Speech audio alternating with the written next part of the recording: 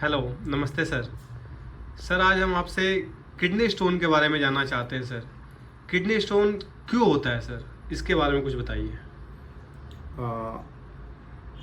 Kidney stone और उसके साथ साथ अगर हम यूरेट्रिक स्टोन दोनों स्टोन की बात करेंगे तो लगभग हर तीसरा स्टोन किडनी स्टोन होता है ना।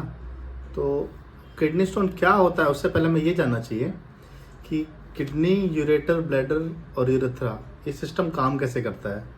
तो आप एक मल्टी स्टोरी बिल्डिंग मान के चलो, तो पहली मंजिल जो है हमारी किडनी की है और वो जो सीढ़ियाँ हैं वो यूरेटर है, और जो कॉरिडोर उसके बाद है, एक हॉल जो रहता है ग्राउंड फ्लोर पे, वो हमारा यूरिनरी ब्लैडर है, और फिर बाहर निकलने का जो रास्ता है वो यूरेथ्रा है ना। तो पहले मंजिल हमारी जो किडनी है वहाँ पे पेशाब आपका बन रहा है, वहाँ पे भी स्टोन बन सकता है। जो हमारी सीढ़ियाँ यूरेटर है वहाँ पे भी स्टोन बन सकता है, और जो हमारा बरामदा जो कि हॉल है, जो ब्लैडर है, वहाँ पे भी स्टोन बन सकता है। तो ये तीनों जगह पे रास्ते से स्टोन आता है, और यही रास्ता ही होता है, पहले मंजिल, सीढ़ी, हॉल और फिर बाहर का रास्ता, मतलब किडनी, यूरेटर, ब्लैडर और फिर यूरेथ्रा। तो स्टोन दोनों जगह पे बन सकता है। तो ये किडनी स्टोन सर कैसे बनता है? क्या क्या चीज़ से मिलके बनता है किडनी स्टोन? आखिर फॉर्मेशन क्यों होता है इनका? इसको भी मैं एक एग्जांपल समझाऊंगा। हम्म। देखिए, स्टोन क्या है? कुछ नहीं है, स्टोन बस क्रिस्टलाइजेशन है। क्रिस्टलाइजेशन का क्या मतलब है? छोटे छोटे मिनरल और सॉल्ट जो आपके बॉडी में बन रहे हैं, जो पेशाब के रास्ते बाहर निकलने थे, वो क्या हो रहे हैं कि वो इकट्ठे हो रहे हैं। इकट्ठे क्यों हो रहे हैं? क्योंकि आपका जो सॉल्वेंट है, जो जो यूरिन है, वो गाढ़ा नहीं हो पा रहा, गाढ़ा हो गया बहुत ज़्यादा, जो पतला नहीं है। मैं दूसरे तरीके से उसको समझाऊं तो आप लोगों ने रसगुल्ले की चाशनी देखी होगी। जब नई नई बनती है तो एकदम पतली होती है, फ्रैंक होती है, लेकिन जब उसको छोड़ दिया जाता है काफ़ी लंबे समय तक तो गाढ़ी हो जाती है ना, चिपकने लग जाती है। ऊपर देखा होगा आपने, परतें उसके बनने लग जाती हैं। सेम वैसा ही काम होता है। जब आपका किडनी में आपका जो यूरिन है वो गाढ़ा होने लगेगा तो ये जो मिनरल्स हैं, सॉल्ट्स हैं, ये इकट्ठे होके स्टोन बनने लग जाते हैं। और इसमें दूसरा क्या है कि देखो, स्टोन भी अलग अलग तरीके के होते हैं। जैसे oxalic stone, oxalic acid stone अलग होता है, सिट्रिक एसिड स्टोन अलग होता है, इसमें कैल्शियम ऑक्जेलेट स्टोन अलग होता है। तो हर बीमारी में अलग अलग स्टोन्स आपको मिल जाते हैं। और कुछ चीज़ें तो आपके डाइट पे डिपेंड करती हैं, कुछ चीज़ जेनेटिक होती है, कुछ बैक्टीरिया के इन्फेक्शन की वजह से होते हैं। तो ये सर जैसे किसी पेशेंट को अगर स्टोन हो गया है किडनी में, तो फिर इसके लक्षण क्या क्या आएंगे सर पेशेंट को? देखो, सिम्टम भी जो है ना वो आपके एक कॉज के ऊपर डिपेंड रहेगा कि आपका मतलब क्या तरीके की बीमारी हो रही है, वो आप क्यों वो स्टोन बना उसके उस पर डिपेंड करेगा, है ना। तो कुछ स्टोन जो होता है, प्रोटेस स्टोन, प्रोटेस वगैरह जो सिस्टम स्टोन होते हैं, वो इनफेक्ट बैक्टीरिया के इन्फेक्शन से होते हैं। तो बैक्टीरिया के इन्फेक्शन से हो रहे तो क्या होगा? पेशाब के रास्ते में जलन होगी, पेट में दर्द होगा, है ना, यूरिन कम आएगा, यूरिन पीला आएगा, कई बार पेशाब में खून भी आ सकता है। पेशाब में खून, यूरिन, जो हमारा स्टोन है वो कहीं ना कहीं से पेशाब के रास्ते में अगर ट्रॉमा करता है, इंजरी करता है, तो उसकी वजह से भी आ सकता है। दूसरा इसमें और क्या होगा, तो इसमें हम लोग सिम्टम में कहते हैं कि फ्लैंक पेन होता है, जो कि लोइन से ग्रोइन की तरफ जाता है, मतलब कमर से जो हमारा वो ग्रोइन है, जो हमारा जांग है, उसकी तरफ जाता है ना। और क्या सिम्टम हो सकते हैं? तो देखो, इसमें सिम्टम तो कई बार तो पेशेंट सिम्टमलेस भी हो सकता है, उसको कोई पेन नहीं होगा, कुछ नहीं होगा, है ना। और कई बार उसको बहुत, जैसे यूरेटर वगैरह में जब हमारा सुना जाता है तो बहुत सीवियर पेन करता है, वो कॉलिकी पेन उसको बोलते हैं, वो बहुत सीवियर पेन होता है। तो पेन, पेशाब में जलन, पेशाब में खून, पेट में दर्द, बुखार, ये सब लक्षण हो सकते हैं। लॉसिया, वॉमिटिंग बहुत कॉमन है, वॉमिटिंग तो बहुत कॉमन है। तो सर जैसे आपने बताया अभी कि किसी को पेन नहीं होगा, तो फिर उसको कैसे पता चलेगा कि मेरे किडनी में स्टोन हो गया? नहीं, उसको पता नहीं चलेगा, ये सही बात है।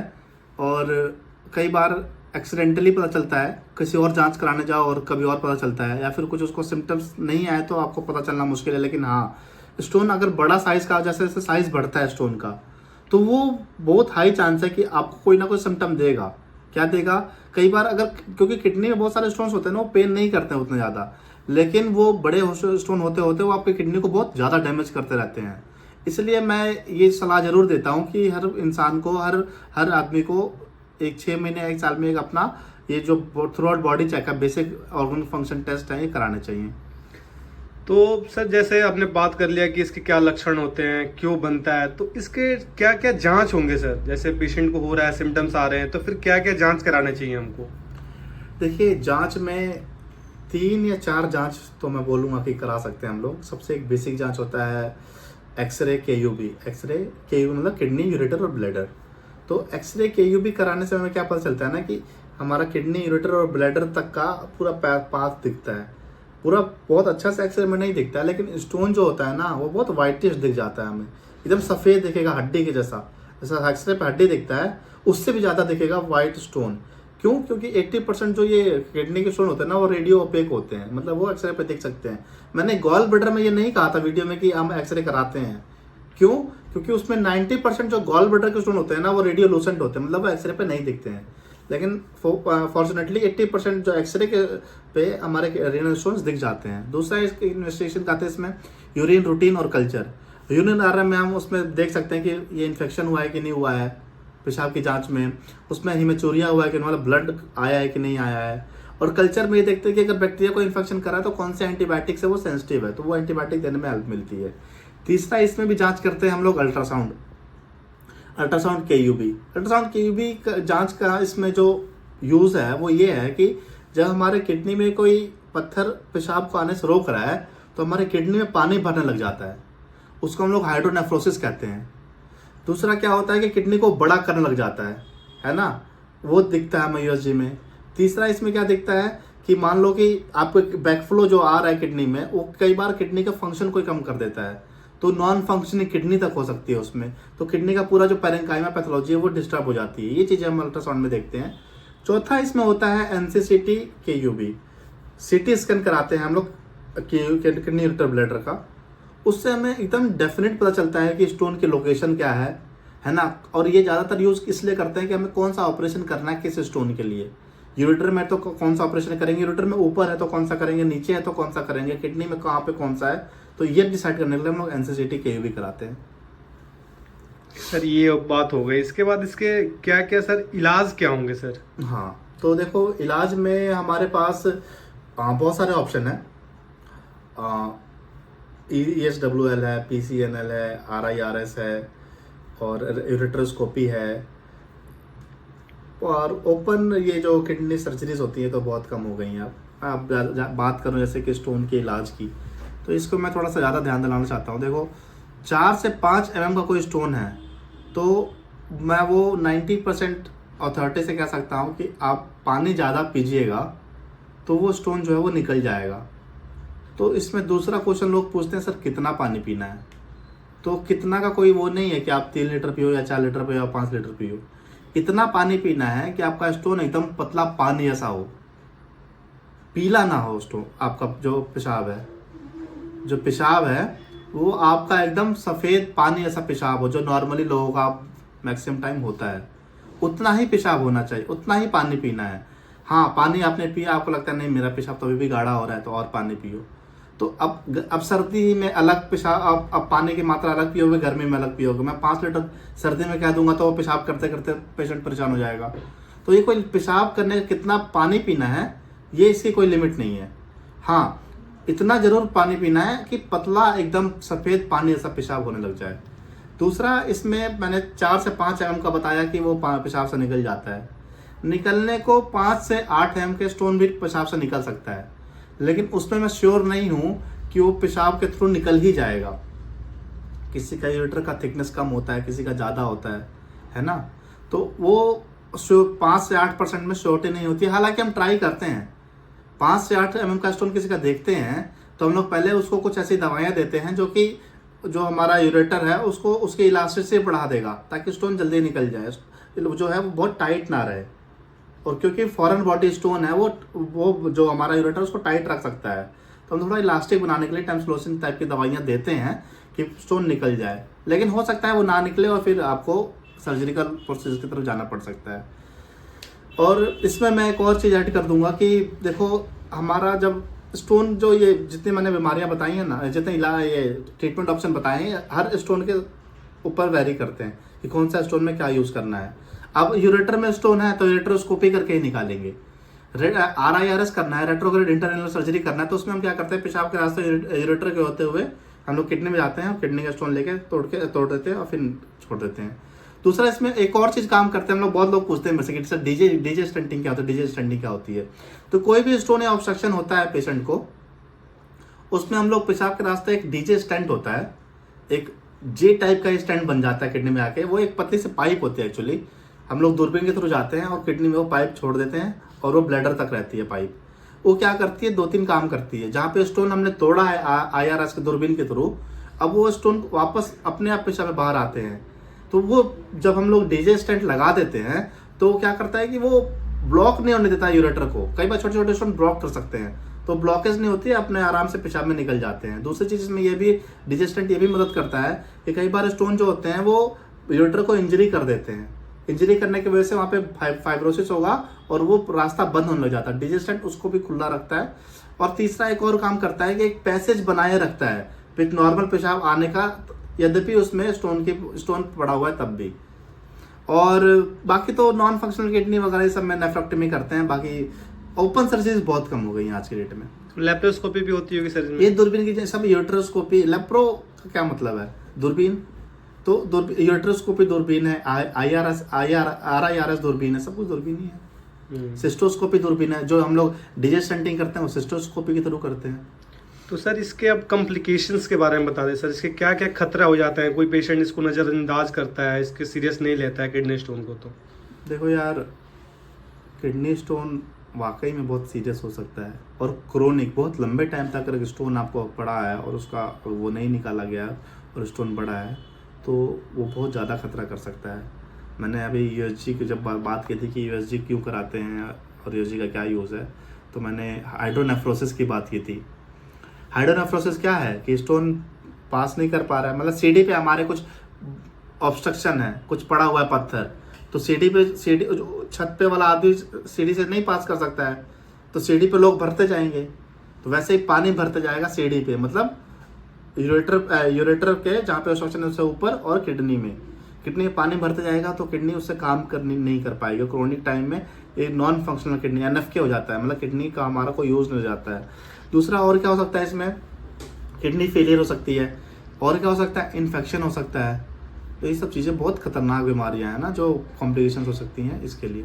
तो सर इसके बचाव क्या क्या करने चाहिए हमें? बचाव में मैं सबसे इम्पोर्टेंट एक बात बताऊंगा कि यार आप डिहाइड्रेशन में मत रहो। आपको कभी ये लगना नहीं चाहिए कि मुझे प्यास लगी है, जब लगे कि प्यास लगे आपको पानी पीना है। डिहाइड्रेटेड स्टेट बहुत कॉमन रीज़न है कि आपको स्टोन हो सकता है। डिहाइड्रेशन की वजह से क्या होगा, मैंने पहले बताया था कॉज में, पानी कम पियोगे, डिहाइड्रेशन होगा, उसकी वजह से क्या होगा, आपका पेशाब गाढ़ा होगा तो जो छोटे छोटे क्रिस्टल्स हैं ये इकट्ठे होंगे और स्टोन का रूप लेंगे और फिर स्टोन बन जाएगा।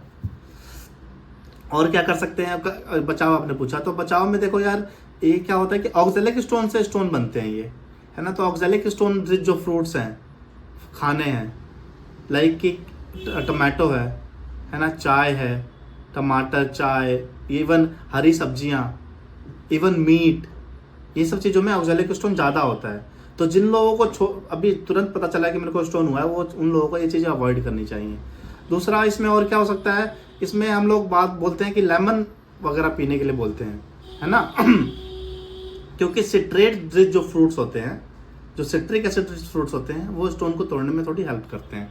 तो लेमन वाटर वगैरह आप पी सकते हैं, उसको थोड़ा आपको ज़्यादा हेल्प करते हैं। सर एक चीज़ और है कि हमारे समाज में काफ़ी ज़्यादा भ्रम है, काफ़ी ज़्यादा जो भी मिसकंसेप्शन बोलते हैं उसको, ये बहुत ज़्यादा ट्रेंड करता है कि बियर पीने से किडनी का स्टोन निकल जाता है, टमाटर खाने से किडनी स्टोन बनता है। सर इसको भी आप कुछ बताइए, लोगों को जो भ्रम है इसको दूर करने के लिए कुछ प्रयास करिए सर। जहाँ तक यार बियर की बात है, तो बियर एक तरह से हम लोग मानते हैं कि डायरेटिक होता है। तो डायरेटिक क्या करता है, वो पेशाब कराता है।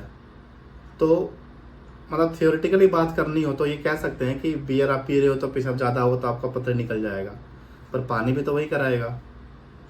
तो बियर की जगह पानी तो पी सकते हो आप। जी, बियर आपके जो और चीज़ों पे इफेक्ट करेगा बॉडी पे, उसको भी तो काउंट करना पड़ेगा ना आपको, है ना। तो आप पानी उतना ज़्यादा पियो, उतना ज़्यादा पेशाब होगा, आपका पथरी निकल जाएगा, क्या जरूरत है बियर पीने की।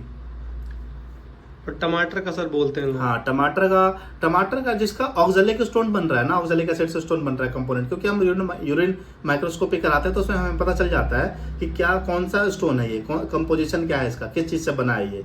तो अगर आपका ऑक्सैलिक एसिड से स्टोन बना है तो हाँ, टमाटर नहीं खाने से आपको थोड़ी मदद मिल जाएगी। और कुछ लोग यही बोलते हैं कि नमक ज़्यादा खाने से सॉल्ट बनता है। हाँ, ये भी एक फैक्ट है। हमें जिसको भी स्टोन की शिकायत हुई है उसको एक्स्ट्रा नमक खाना या फिर अपने खाने में नमक की मात्रा थोड़ी कम करनी चाहिए।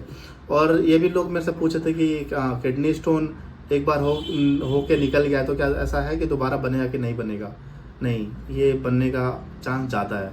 इवन मैं तो ये ऐड करूँगा कि 2 लोग हैं, एक जिसको स्टोन कभी नहीं बना है और एक जिसको स्टोन बन के उसकी सर्जरी हो करके स्टोन निकाला गया है या वो खुद से ही स्टोन निकला है। तो दोनों में जिसका सर्जरी होके या अपने आप स्टोन निकला, उसमें स्टोन बनने के रिस्क। सर हमने गॉल ब्लैडर का जो स्टोन का वीडियो बनाया था सर, काफ़ी लोगों ने उसको लाइक किया, पसंद किया, काफ़ी लोगों ने अच्छा प्यार दिया है। तो सर अपने ऑडियंस से आप क्या कहना चाहते हैं sir? Thank you very much हमें सुनने के लिए। और हमारा पर्पज़ यही है कि हम आसान, बहुत सिंपल भाषा में ना, जो बीमारियां हैं उसमें क्या करना चाहिए, किस डॉक्टर के पास दिखाना चाहिए, क्या ज़रूरी है क्या नहीं है, कैसे उसको हम लोग ठीक कर सकते हैं, और उससे जो भ्रम और भ्रांति और जो एक डर बना हुआ है उस बीमारी को, उसको फेस करने का हम लोग प्रयास कर रहे हैं। आप लोग देखिए, और हमारी वीडियोस भी हैं। हम लोग हाइपरटेंशन, बीपी, एनीमिया, इन चीज़ों पे वो वीडियो बनाया हुआ है हमने, उसके लिंक्स हम लोग शेयर कर देंगे वीडियो में। प्लीज़ आप लोग देखिए, है ना, और प्यार दीजिए। Thank you. Thank you sir.